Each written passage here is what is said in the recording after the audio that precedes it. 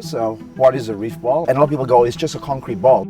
It's actually a lot more than that. It's a specially engineered module. It's designed to be non-toxic, pH neutral. There's special additives that we mix into the concrete to make it last up to 500 years. Once it goes in the water, within months, corals can even start to grow on it already. So these are really effective and sustainable homes for fish. There's been over 100 peer-reviewed studies on reef balls and the effectiveness of increasing fish catch and rejuvenating fish habitats. It's a tried and tested solution. The Brunei Reef Ball program, we're planning to deploy up to 1,000 reef balls by next year. And we'll plan to deploy 5,000 reef balls across the next 5 years. So the big part of this program really is education, awareness. We want to make sure that people know about this, know how effective they are, and join us. Make reef balls with us and join us when we go out to sea and we can plant on it as well. I've been diving in Brunei waters since I was 17. There used to be a lot more fish life out at the reefs. And over the years, we've been seeing it decline. Recent studies that have come out talking about the declining fishery stock here. When illegal bottom trawlers go through, their nets, they just drag along the seabed. You come one day, it's a colorful reef. You come the next day and it's all just rubble.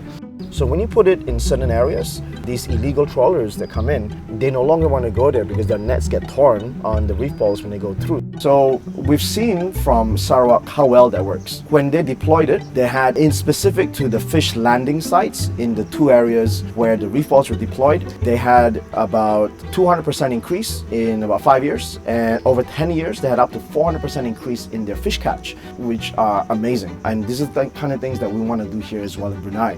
Todd and Carla from Reef Ball Foundation in Florida, they were over in Sarawak. They've deployed over 2 million reef balls around the world in over 80 countries.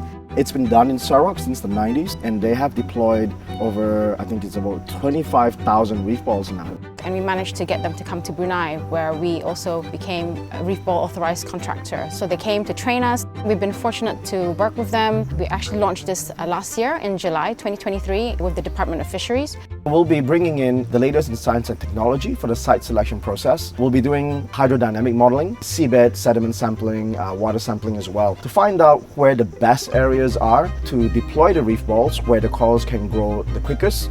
What we're doing here in Brunei is we want to make this process even faster because we will be planting corals on these reef balls before they go in the water. And when you get corals growing on it, that's when the fish start to come in. The smaller fish come in to eat the coral, like the algae on it, and then the larger fish comes in to eat them, and some of them stay there. So that's when you really get a full thriving reef with corals and fish. And we expect that to happen over maybe 5 to 6 years.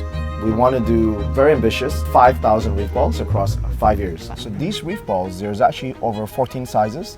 For the Reef Ball Wall project, that one is about 1.5 tons, about $1,000 a reef ball. And that is going to be used specifically for anti-trawling. We've reached out to some companies and a lot of them are interested to sponsor materials for us. We are discussing with government agencies if they can support with land, fabricate this with water access. And we're hoping to also grow our capacity with support from everyone else here in Brunei.